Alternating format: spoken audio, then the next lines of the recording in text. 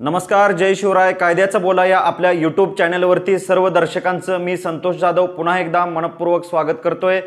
February महिन्यातला आजचा हा 5वा दिवस आहे आणि आपण आज फौजदारी कायद्यांमध्ये भारतीय दंड संहिता 1860 मधील काही तरतुदींचा अभ्यास करत आहोत. मित्रांनो, भारतीय दंड संहिता ही आपल्या गुन्हेगारी विश्वामध्ये भारतातल्या प्रत्येक गुन्ह्याला शिक्षा आणि प्रत्येक गुन्ह्याच्या बाबतीमध्ये असणाऱ्या व्याख्या या सगळ्यांची माहिती, प्रत्येक शब्दाची व्याख्या, गुन्हा काय असतो, गुन्हा काय नसतो किंवा निष्काळजीपणा, अनेक प्रकारच्या कारणांनी गुन्हा कसा घडतो आणि तो गुन्हा सिद्ध कसा करावा लागतो किंवा झालेल्या गुन्ह्यातून गुन्हेगाराला, ज्याला अपराधी ठरवलं गेलं आहे, त्या अपराध्याला स्वतःचा बचाव, शिक्षेपासून बचाव कशा प्रकारे करता येऊ शकतो याची माहिती आपण गेले 2 दिवस झाले घेत आहोत. मित्रांनो, तुम्हाला माहिती आहे की भारतीय दंड संहितेमध्ये कलम 76 ते 106 मध्ये या सर्व बाबींची तरतूद करण्यात आलेली आहे. पण मित्रांनो, मी काल सांगितलं होतं की 76 ते 106 मध्ये पुन्हा दुसरा एक टप्पा आहे, कलम 96 ते 106 चा. 96 ते 106 मध्ये अशा प्रकारच्या तरतुदी आहेत की जिथं तुम्हाला झालेला गुन्हा माफ होऊ शकतो किंवा ती कृती कोणती असायला पाहिजे, जर स्वतःच्या जीवाला धोका झाला आहे, होऊ शकतो किंवा स्वतःचा जीव जाऊ शकतो, अशा प्रकारची परिस्थिती असताना, तशी जाणीव झाली असताना आपण जे एखादं कृत्य करतो आणि त्या कृत्यामध्ये समोरच्या व्यक्तीला गंभीर दुखापत होते, इजा होते किंवा त्याला मृत्यू ओढवतो किंवा मृत्यू होण्याचा संभव असतो, अशा परिस्थितीमध्ये आपण जी कृती करतो ती कृती माफ होऊ शकते का, या प्रकारच्या अभ्यास, या प्रकारच्या तरतुदी आपल्याला भारतीय दंड संहिता 1860 मधील कलम 76 ते 106 मध्ये खाजगी बचाव या प्रकरणामध्ये आलेले आहेत. मित्रांनो, तुम्हाला काल मी सांगितलं होतं की स्वतःच्या जीवाला धोका उत्पन्न झाला तर आपण समोरच्या व्यक्तीचा जीव घ्यायचा का, घेऊ शकतो का, या प्रश्नाचं उत्तर तुम्ही मला काल देणं अपेक्षित होतं. कमेंटच्या माध्यमातून ते आलं नाही, परंतु तुम्हाला सर्वांना हा प्रश्न नक्कीच पडला असेल की माझ्या जीवाला जर धोका निर्माण झाला असेल तर अशा वेळेला मी समोरच्या व्यक्तीचा जीव घेऊ शकतो का किंवा त्या व्यक्तीवर प्रतिहल्ला करू शकतो का, किंवा स्वतःचा जीव वाचवण्याच्या नादात आपण इतरांवर किंवा समोरच्या व्यक्तीवर केलेला प्रतिहल्ला हा न्यायालयातून स्वतःचा बचाव होण्याइतपत योग्य असतो का, ह्याचं मोजमाप खरं तर न्यायालय ठरवत असतं. आणि ते कशा पद्धतीनं असतं याच्याही तरतुदी आपल्याला भारतीय दंड संहितेमध्ये दिलेल्या आहेत. मुळातच 76 ते 106 मधल्या तरतुदी आपण वाचल्या तर कोणता गुन्हा किंवा कोणती कृती की जी स्वतःच्या जीवाच्या संरक्षणार्थ करण्यात आलेली आहे याची माहिती आपल्याला मिळून जाते. नाहीतर रोज उठसूट कोणी स्वतःच्या जीवाला धोका निर्माण झाला होता म्हणून मी ही कृती केली, म्हणून मी त्याला इजा केली, म्हणून मी त्याच्यावर हल्ला केला, असा बचाव कोर्टामध्ये मागता येणार नाही मित्रांनो. म्हणून भारतीय दंड संहिता 1860 मधील आपल्याला 76 ते 106 च्या तरतुदी काळजीपूर्वक वाचाव्या लागतील, त्याचा अभ्यास करावा लागेल. मुळात कलम 97 याच्यामध्ये काय सांगतं मित्रांनो, स्वतःला व इतरांना दुसऱ्या व्यक्तीपासून होणारा अपाय होण्यापासून संरक्षण करण्याचा हक्क म्हणजे खाजगी बचाव. खाजगी बचावाची नेमकी व्याख्या म्हणजे व्यक्तिगत संरक्षणाची व्याख्या नेमकी कशी आहे, तर स्वतःला आणि इतरांना अन्य दुसऱ्या व्यक्तीकडून जो अपाय होणार असतो त्या अपायापासून बचाव करण्याचा अधिकार. समजा माझ्या बाबतीमध्ये जर समोरची व्यक्ती किंवा अन्य कोणी तिसरी व्यक्ती जर माझ्या जीवाला धोका उत्पन्न होईल किंवा मला गंभीर इजा होईल किंवा मला आणखी कोणत्या व्यक्तिगत हानीला सामोरं जावं लागेल, या बाबतीत जर इतर व्यक्तीकडून कृती होत असेल माझ्या बाबतीत, तर मला त्या कृतीपासून स्वतःचं संरक्षण करण्याचा अधिकार आहे. त्यासाठी मला प्रतिहल्ला करण्याचा अधिकार आहे. तिथं कुठंही तुम्हाला कायदा आड येणार नाही. हे झालं स्वतःच्या बाबतीमध्ये. परंतु कलम म्हणजे सेक्शन 97 हे सांगतं की स्वतःबरोबर इतराच्या बाबतीमध्ये सुद्धा जर अशी कृती घडत असेल, असा अपराध घडत असेल, असं कृत्य घडत असेल, समजा माझ्यासोबत एक व्यक्ती आहे आणि माझ्यासोबतच्या व्यक्तीला समोरच्या दुसऱ्या तिसऱ्या कुठल्या तरी व्यक्तीकडून त्याच्या जीवाला धोका निर्माण केला जातो आहे किंवा त्याला कुठल्या प्रकारचा अपाय होईल अशा प्रकारची कृती घडते आहे, तर समजा ती व्यक्ती घाबरली असेल तर त्या व्यक्तीच्या वतीनं त्याला वाचवण्यासाठी मी जी कृती करेल की ज्या कृतीनं समोरच्या व्यक्तीवरती माझ्याकडून प्रतिहल्ला होईल, इजा होईल, गंभीर इजा होईल किंवा त्याच्यामध्ये त्याचा मृत्यू सुद्धा ओढवेल, अशा प्रकारची माझ्या हातून झालेली कृती ही नक्कीच न्यायालयाकडून माफ होण्यासारखी असते, तो बचाव मला मिळू शकतो. याला खाजगी बचाव किंवा स्वतःच्या स्वसंरक्षणार्थ केलेली कृती असं म्हटलं जातं. आता इथं फक्त स्वतःच्या जीवाच्या बाबतीमध्ये ह्युमन बिंग म्हणजे माणसापुरती ही गोष्ट मर्यादित आहे का? स्वतःचा बचाव, आता संपत्ती, माणसाचं शरीर ही एक प्रकारची संपत्ती आहे, पण भारतीय दंड संहितेमध्ये 4 प्रकारच्या संपत्ती वर्णन केलेलं आहे. त्याच्यामध्ये माणसाचं मन आहे, त्याच्यानंतर प्रतिष्ठा, ज्याला आपण स्टेटस म्हणतो, समाजामध्ये त्याचं काय रिप्युटेशन आहे ते म्हणतो आपण. त्यानंतर इतर प्रॉपर्टी आहे, म्हणजे संपत्ती इतर प्रकारची सुद्धा असते, जी वस्तूच्या रूपामध्ये सोनं नाणं दागिनं घर गाडी बंगला या प्रकारच्या सुद्धा अनेक प्रकारच्या संपत्ती असतात. म्हणजे 4 प्रकारच्या प्रॉपर्टी सांगितलेल्या आहेत. कोणत्या प्रॉपर्टी? एक म्हणजे मन दुखावलं जातं, मनावर इजा होतात किंवा मनावर हल्ला होतो, म्हणजे मन ही सुद्धा एक संपत्ती आहे. त्याच्यानंतर शरीराच्या बाबतीमध्ये सुद्धा कृती घडत असतात, अपराध घडत असतात, ही सुद्धा एक प्रॉपर्टी आहे. दुसरी गोष्ट जंगम मालमत्ता किंवा स्थावर मालमत्ता, ही सुद्धा व्यक्तीची संपत्तीच आहे. आणि सगळ्यात महत्वाची संपत्ती माणसाची कुठली असेल तर ती म्हणजे प्रतिष्ठा. या 4 प्रकारच्या संपत्तीवर जेव्हा दुसऱ्या व्यक्तीकडून हल्ला होतो तेव्हा त्या हल्ल्यापासून बचाव करून घेण्यासाठी व्यक्तीला स्वतःहून प्रतिहल्ला करण्याचा अधिकार प्राप्त होतो. भारतीय दंड संहितेच्या कलम 97 मध्ये या प्रकारच्या तरतुदी मित्रांनो दिलेल्या आहेत. हे जसं स्वतःच्या बाबतीमध्ये आहे तसंच इतरांच्या बाबतीमध्ये सुद्धा तुम्हाला त्याचा बचाव करण्यासाठी अशा प्रकारचा अधिकार प्राप्त होतो. आता हे फक्त मी आणि माझ्या बरोबरची व्यक्ती झाली, पण मी जसं म्हटलं की 4 प्रकारच्या संमती आहेत, त्यामध्ये व्यक्तीची प्रॉपर्टी म्हणजे संपत्ती, स्थावर असेल अथवा जंगम असेल. आता स्थावर मालमत्तेची चोरी होत नाही, जंगम मालमत्तेची चोरी होते, पण स्थावर मालमत्तेच्या बाबतीमध्ये सुद्धा जेव्हा त्या कारणाने जेव्हा काही अपराध घडतात तेव्हा त्या वेळी सुद्धा तुम्हाला स्वतःचा बचाव करून घेण्याचा अधिकार प्राप्त होतो. म्हणजे मालमत्तेच्या बाबतीमध्ये सुद्धा तुम्हाला स्वतःचा बचाव करून घेण्याचा अधिकार प्राप्त झालेला आहे. आता याच्या बाबतीमध्ये एक केस आहे, बिरन सिंग विरुद्ध बिहार नावाचा जो खटला, या खटल्यामध्ये दोघांचा वाद झालेला होता, 2 व्यक्तींचा. आणि त्या बिरन सिंगनं काय केलेलं आहे की किरकोळ वादाच्या पोटी या व्यक्तीनं काय केलेलं आहे की घरात गेलेला आहे रागाच्या भरामध्ये आणि तलवार घेऊन आलेला आहे आणि ज्याच्या बरोबर वाद झाला त्याच्यावर तलवार हल्ला केलाय, त्याच्यामध्ये त्याचा मृत्यू झालेला आहे. आता किरकोळ वादासाठी जर तुम्ही दुसऱ्याचा जीव घ्यायला लागलात तर कायदा तुम्हाला माफ करेल का? म्हणजे तिथं रिझनेबल ऍक्ट म्हणजे पुरेस तुमच्या जीवाला धोका झाला होता का, या प्रश्नाचं उत्तर हो असं असेल तर आणि तरच तुम्हाला केलेला गुन्हा किंवा प्रतिहल्ला तुम्हाला माफ होऊ शकतो. मित्रांनो, स्वसंरक्षणार्थ केलेली जी कृती आहे ती कृती सिद्ध व्हायला पाहिजे की हो खरोखरच मी धोकादायक स्थितीत होतो, खरोखरच मला भीती उत्पन्न झालेली होती, खरोखरच ती व्यक्ती माझा जीव घेणार होती. अशी जर परिस्थिती असेल तर आणि तरच तुम्हाला खाजगी बचावाचा अधिकार प्राप्त होतो, अन्यथा तुम्ही सुद्धा गुन्हेगार ठरू शकता. म्हणून कुठलीही कृती करत असताना किंवा स्वतःचा बचाव करण्यासाठी केलेली कृती ही रिझनेबल टाइममध्ये किंवा रिझनेबल कंडिशनमध्ये घडत आहे का, घडली आहे का, याचा तपास न्यायालय करत असतं. म्हणून कुठल्याही परिस्थितीमध्ये आततायीपणाने एखादी कृती करणं हे आपल्यासाठी धोकादायक ठरू शकतं. आता दुसरं एक असं आहे याच्यामध्ये, विकल व्यक्तीच्या कृतीपासून होणारा अपाय. म्हणजे एखाद्या विकल असतात, वेडसर व्यक्ती असतात, वेडसर किंवा मतिमंद किंवा विकल मनाचे व्यक्ती असतात की ज्या सहज जाता जाता काहीतरी अशी कृती करतात की ज्या आपल्या जीवाला धोका होऊ शकतो, आपल्या किंवा इतरांना. म्हणजे काठी घेऊन फिरवणं, हातामध्ये शस्त्र घेऊन पळत सुटणं, लहान मुलांच्या पाठीमागे लागणं, म्हणजे कुणालाही ज्येष्ठ नागरिकांना धक्काबुक्की करणं. म्हणजे विकल ज्याचं मानसिक समतोल ढासळलेला अशी व्यक्ती अचानकपणे कुठलं तरी असं कृत्य करते की ज्यामुळं आपल्याला किंवा इतर लोकांच्या जीवाला किंवा धोका होऊ शकतो किंवा त्यांच्या शरीराला इजा होऊ शकते किंवा अपरिमित असं नुकसान सुद्धा होणार असतं.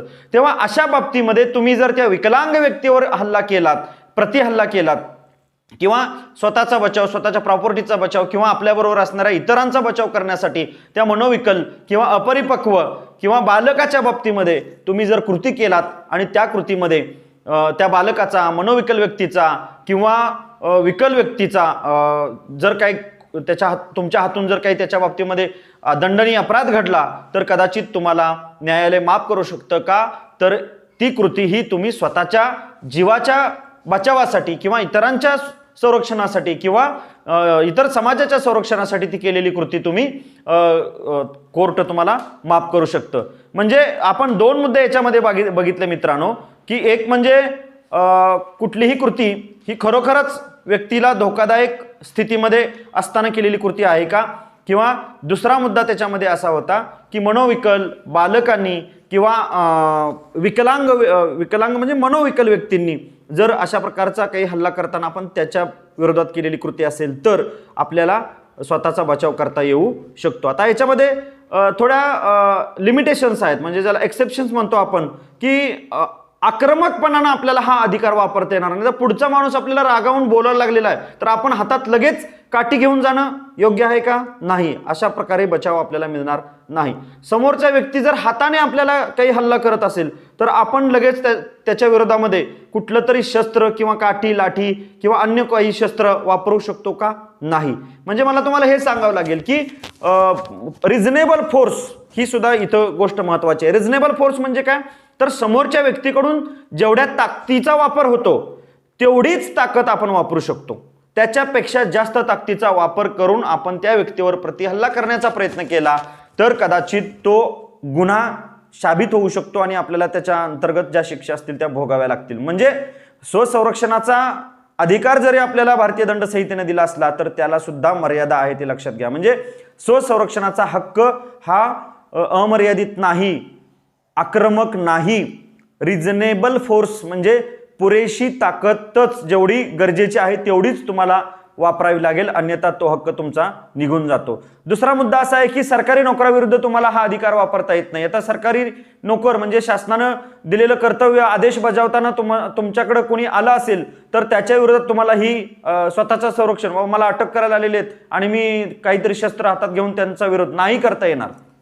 कुठल्याही परिस्थितीमध्ये तुम्हाला सरकारी नोकराच्या विरोधामध्ये अशी कृती करता येणार नाही. हा तुम्हाला विचारता येईल की मला कशासाठी अटक केली जाते किंवा मला कशासाठी बोलावणं आहे, किंवा तुम्हाला विचारल्या गेलेल्या प्रश्नाचं उत्तर तुम्ही जरूर देऊ शकता, पण तुम्ही कुठल्याही प्रकारचा आक्रमक हल्ला सरकारी नोकराच्या विरोधामध्ये करू शकत नाही.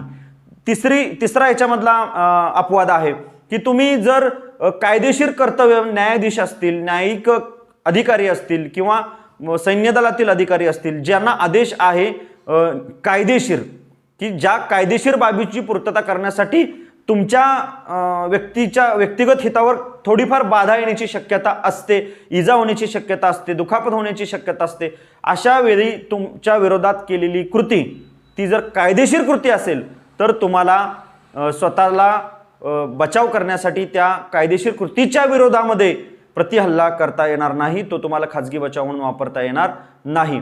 आता दुसरं काय याच्यामध्ये होणारा अपाय, मग अशी मी म्हटलं की रिझनेबल फोर्स, होणारा अपाय हा स्वसंरक्षण होण्यासाठी पुरेसा नसणे. आता हा अपवाद थोडा समजून घेण्यासारखा आहे. म्हणजे त्याने, मग अशी मी म्हटलं, त्यांनी आपल्याला हाताने धक्काबुक्की केली आणि आता हाताने धक्काबुक्की केल्यानंतर आपला जीव जाणार आहे का? जाणार नाहीये. त्यामुळे आपण पाठीत मारलं, पायावरती मारलं किंवा चापट लावली तर याच्यातून जीवाला धोका आहे का? नाही. हा, अगदी काठीने किंवा दगडधोंड्याने डोक्यात मारलं किंवा नरड्यावरती दाब दिला, नरडं दाबला आपण म्हणतो, ज्यामुळे जीव जाईल अशी कृती झाली असेल, घडत असेल, तसा प्रयत्न असेल तरच तुम्हाला तो प्रतिहल्ला करता येऊ शकतो, अन्यथा नाही.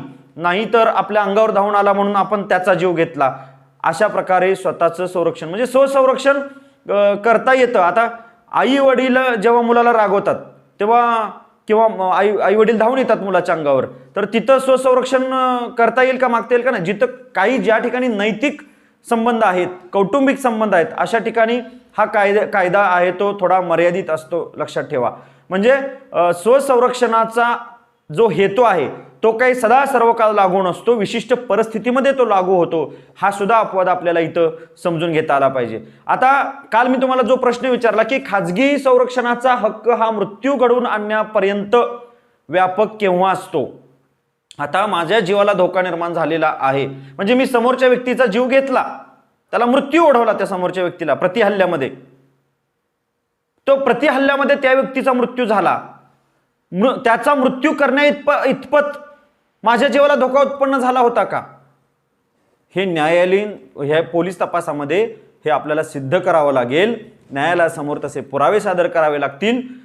असे कोणते प्रसंग असतील की जेव्हा तुम्हाला दुसऱ्याचा जीव घेण्याचा अधिकार प्राप्त होईल?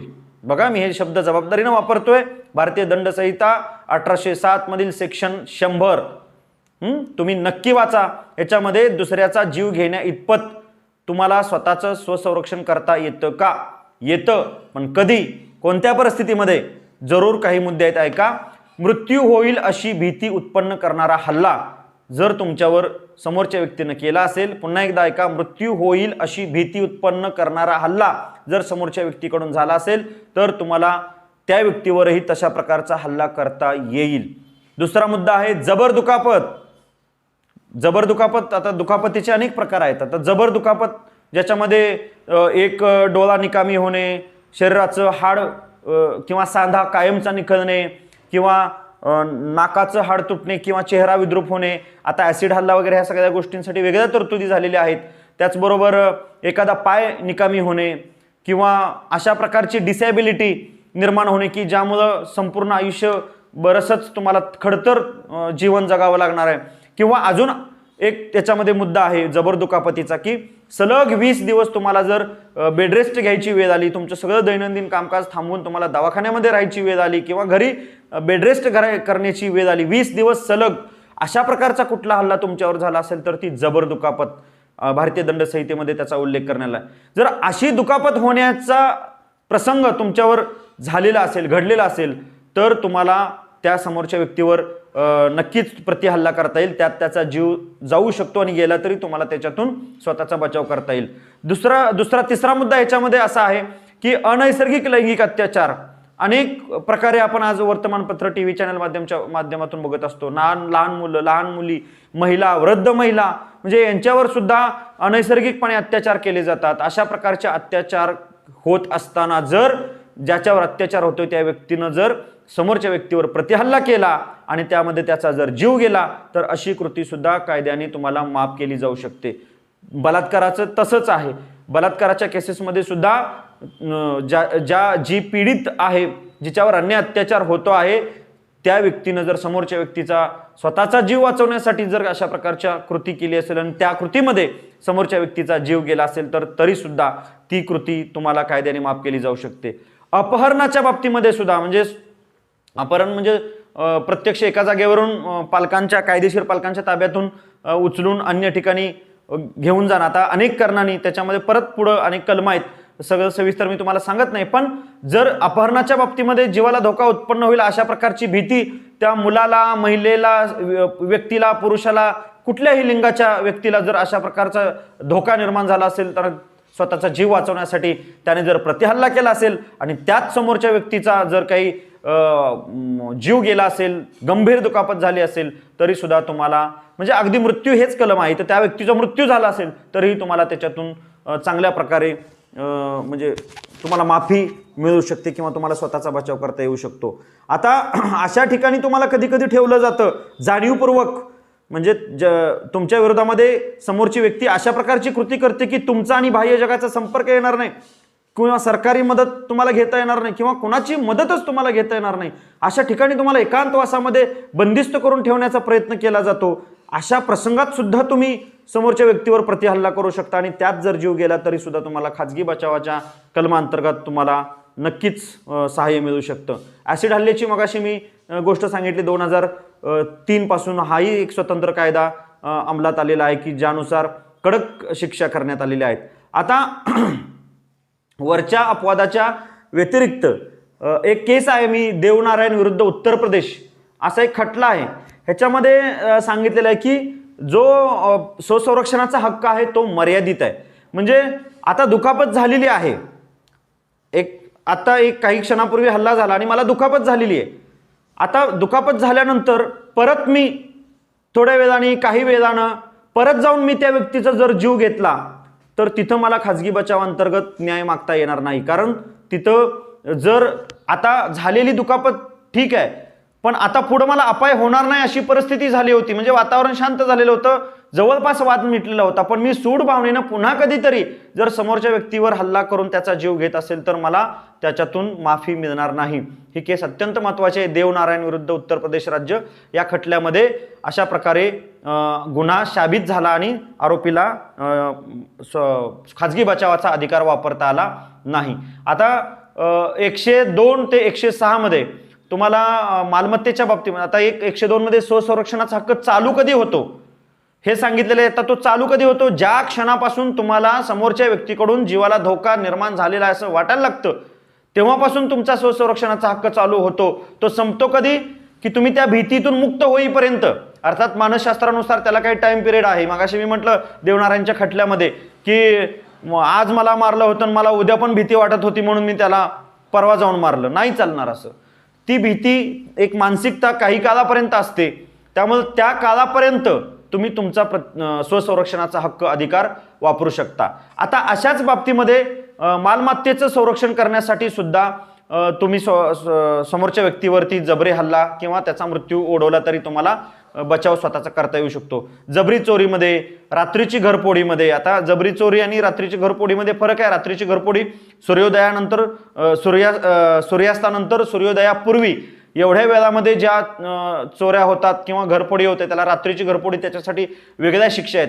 आणखी काय निवासस्थान किंवा जे जलयान आहे किंवा मालमत्ता ठेवण्याची ठिकाणं आहेत अशा ठिकाणी जर आग लावून ती जर भस्मसात करण्याचा प्रयत्न समोरच्या व्यक्तीने केला असेल तर त्याच्या विरोधामध्ये सुद्धा म्हणजे मालमत्तेचा संरक्षणाचा हक्क तुम्हाला इथं लागू होतो आणि त्याच्या विरोधामध्ये तुम्ही समोरच्या व्यक्तीवर प्रतिहल्ला करून त्याचा जीव घेण्या इतपत सुद्धा तुम्हाला अधिकार प्राप्त होतो. आता घरफोडी, चोरी किंवा मृत्यू, गंभीर दुखापत अशा प्रसंगांमध्ये जिथं शक्यता आहे की होऊ शकतो धोका तिथंच फक्त तुम्हाला स्वसंरक्षणाचा हक्क प्राप्त होतो. 102 कलमाप्रमाणे तुम्हाला मालमत्तेच्या बाबतीमध्ये मगाशी मी सांगितलं की जसं स्वतःचं संरक्षण करताना दुसऱ्याचा जीव आपण घेऊ शकतो तसंच मालमत्तेचं संरक्षण करताना सुद्धा तुम्ही दुसऱ्यावर प्रतिहल्ला करून त्याच्या मृत्यूला कारणीभूत होऊ शकता. तो गुन्हा तुम्हाला माफ होऊ शकतो. पण काही अपवाद असतात भीती उत्पन्न झाल्यापासून ते भीती संपेपर्यंत. त्याचबरोबर असा एक शेवटचा याच्यामध्ये मुद्दा भारतीय दंड संहितेमध्ये दिलेला आहे की स्वतःचं रक्षण करत असताना निरपराध व्यक्तीला सुद्धा अपाय होण्याची शक्यता असते आणि असं करत असताना पर्यायच नसतो आपल्याकडे की आपला बचाव करत असताना समोरच्या व्यक्तीला हल्ला करत असताना आणखी कोणी तिसऱ्या व्यक्तीचा त्याच्यामध्ये मृत्यू होऊ शकतो. तर तो सुद्धा हल्ला तुम्हाला म्हणजे तो गुन्हा सुद्धा तुम्हाला माफ होऊ शकतो. म्हणजे या स्वसंरक्षणाच्या हक्काची मर्यादा वाढते कशी बघा की समोरच्या व्यक्तीवर मी हल्ला केलेला आहे कारण त्यानं माझ्या जीवाला किंवा मालमत्तेला धोका निर्माण केलेला आहे. परंतु प्रतिहल्ला करत असताना आणखी तिसरी व्यक्ती कुणीतरी येते आहे मध्ये आणि नकळतपणे त्याच्यावर होणारा वार हा तिसऱ्या व्यक्तीवर होतो आणि तिसऱ्या व्यक्तीवरचा सुद्धा मृत्यू होतो. तर त्या तिसऱ्या व्यक्तीला सुद्धा मला मारण्याचा म्हणजे हल्ला करण्याचा अधिकार प्राप्त होतो. म्हणजे स्वसंरक्षणाचा अधिकार हा अशा प्रकारे व्यापक होत जातो. परंतु असणारे अपवाद सुद्धा याच्यामध्ये लक्षात घेतले पाहिजेत. मित्रांनो, आजच्या या व्हिडिओमध्ये तुम्ही सगळ्यांनी भारतीय दंड संहिता 1860 मधील कलम 96 ते 106 मध्ये स्वतःच्या संरक्षणासाठी आपण कशा प्रकारे हल्ला करू शकतो किंवा केलेला हल्ला कसा समर्थनीय असू शकतो आणि आपण त्याच्यामध्ये कशा प्रकारे आपल्याला माफी मिळू शकते याची आपण माहिती घेतलेली आहे.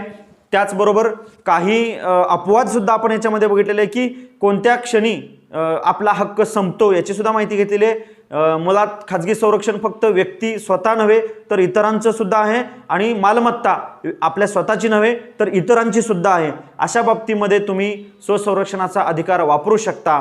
मला वाटतंय तुम्ही सर्वांनी ही साध्या सोप्या भाषेमध्ये सांगितलेली माहिती आहे ती तुम्हाला सगळ्यांना आवडली असेल तर नक्की लाईक करा, शेअर करा. महत्त्वाचं म्हणजे आपल्या या यूट्यूब चॅनलला सबस्क्राईब करा. तुमच्या सर्वांच्या प्रतिक्रिया सुद्धा लाखमोलाच्या आहेत. उद्याच्या सेक्शनमध्ये आपण काही पुढच्या कायद्यांची माहिती घेणार आहोत. तुम्ही नक्कीच उद्याही यावेळी माझ्यासोबत येऊन राहा. चला या ठिकाणी आपण थांबूयात. जय हिंद, जय महाराष्ट्र, जय शिवराय.